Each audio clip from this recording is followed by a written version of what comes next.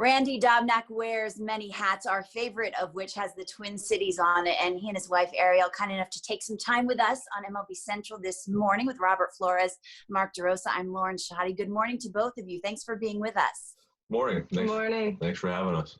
D-Ro always says this to Robert and I. He says, before you get to the big leagues, like, you've lived 9 lives. It's such a journey. And nobody is that more true than for you, Randy, from Cooper driver to game 2 of the ALDS and everything in between. When you look back, Randy, at last year and those moments in time, what comes to mind?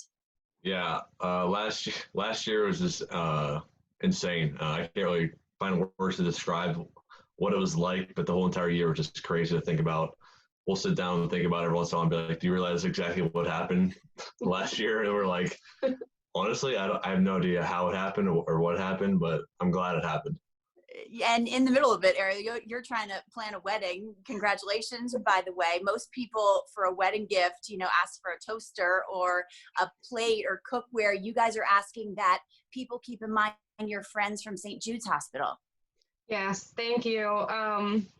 Yeah, we started getting gifts and we realized that we didn't need all the gifts that we had put on our registry. And so we just came up with a better way to have people donate, and that was to St. Jude.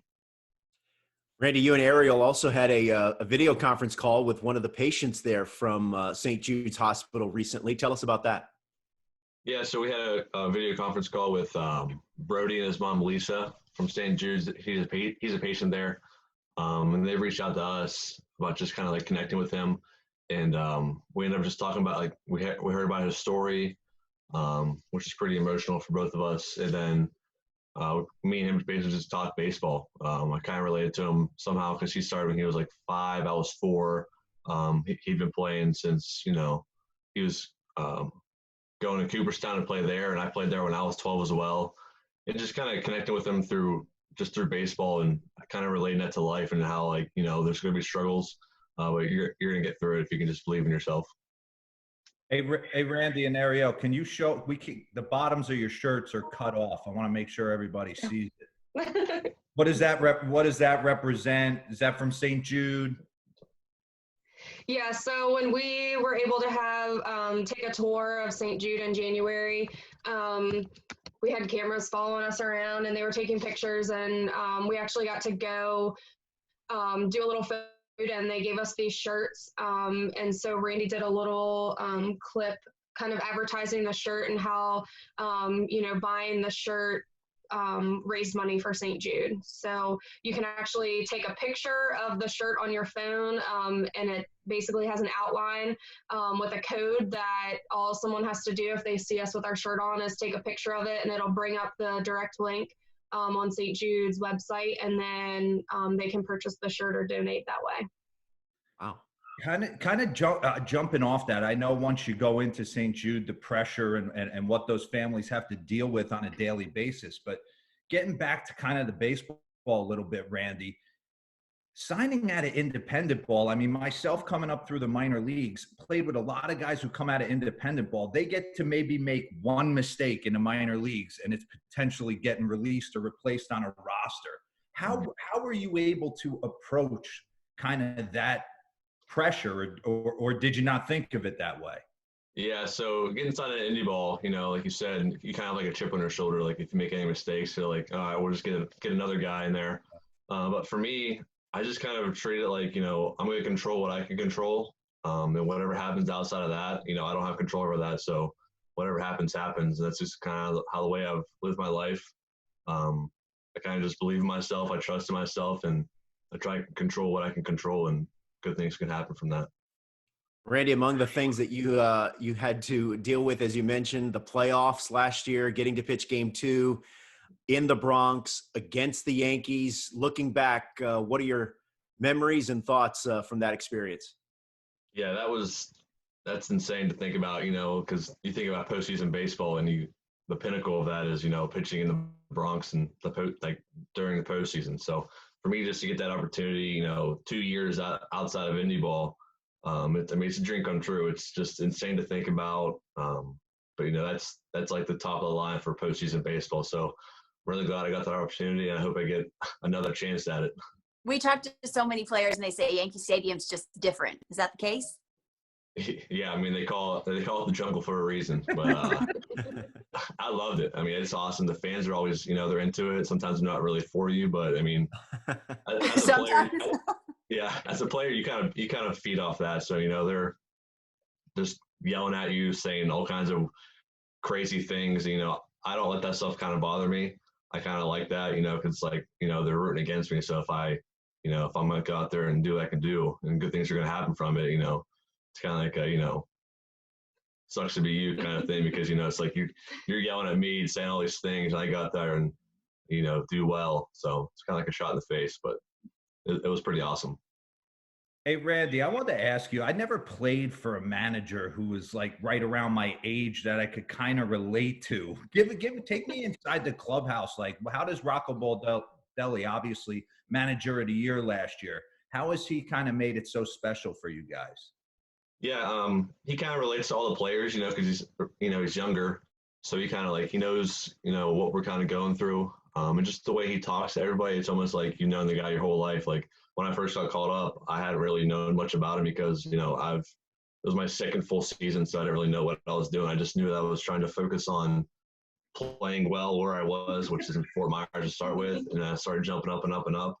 And once I got to AAA, I didn't know anybody on the team because I hadn't played with any of those guys. So once I got up there, he sat me down in his office. We had a little conversation for 5 minutes, kind of meeting him, I guess. But he's really relatable to all the players. It's kind of like a chilled out clubhouse.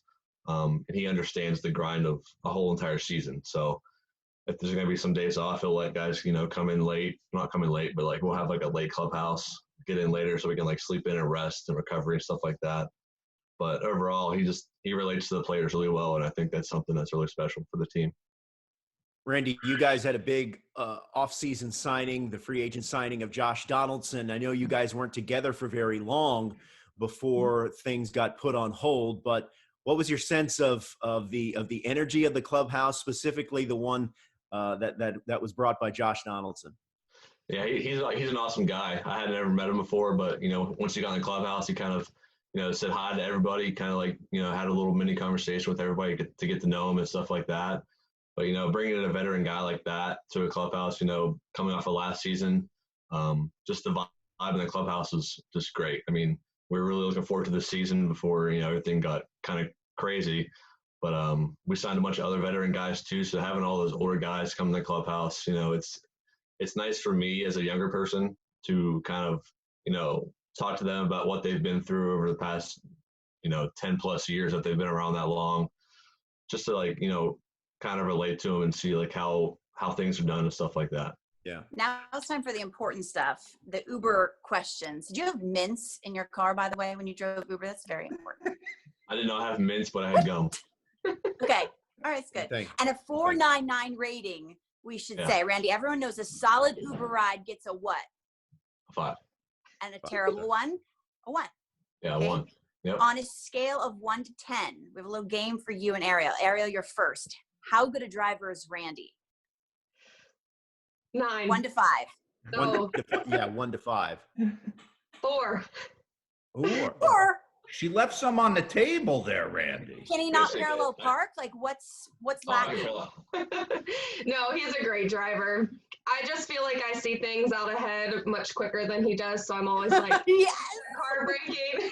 Well, most of the time I'm driving, I'm asleep anyway, so. Or I'm So asleep. good. Randy, 1 through 5, how nervous does Ariel get when you pitch? A million. Oh man, come on. That means his love. She gets way more nervous than me, that's for sure. She's like, I don't know how you go out there and do it. She's like a nervous train wreck, biting her nails. Shaking. Ariel, 1 through 5, how good a cook is turn the Randy? TV off. What'd you say? Ariel, 1 through 5, how good a cook is Randy? The things that he can cook, I would say 5. Ooh, like what? Breakfast. Specialty. Omelets, chicken.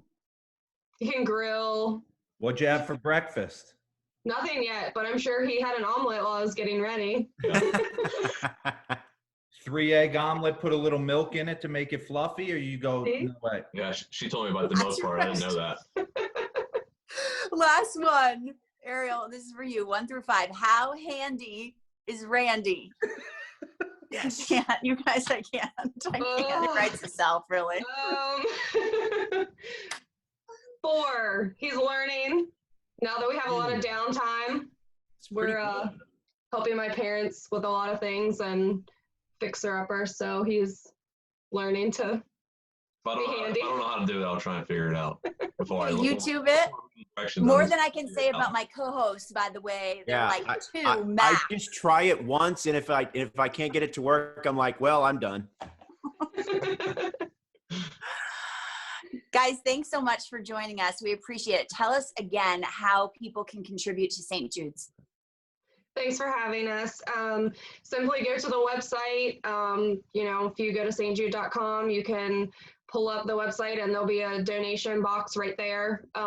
We're still posting a lot of things on social media about it and trying to get the word out. And I know, especially on Facebook, if you tag St. Jude in any way, there'll be a box that pops up and you can donate that way as well. Hey, and don't forget, thisshirtsaveslives.org is a direct link as well. So that's a great thing as well. Thanks, guys. Randy and Ariel, thanks so much. We appreciate the time. Hope to see you on field real soon. Take care and stay safe. Thank you. Thank you. And thanks for watching MLB Central. Monday, Wednesday, and Friday. We will be back midweek.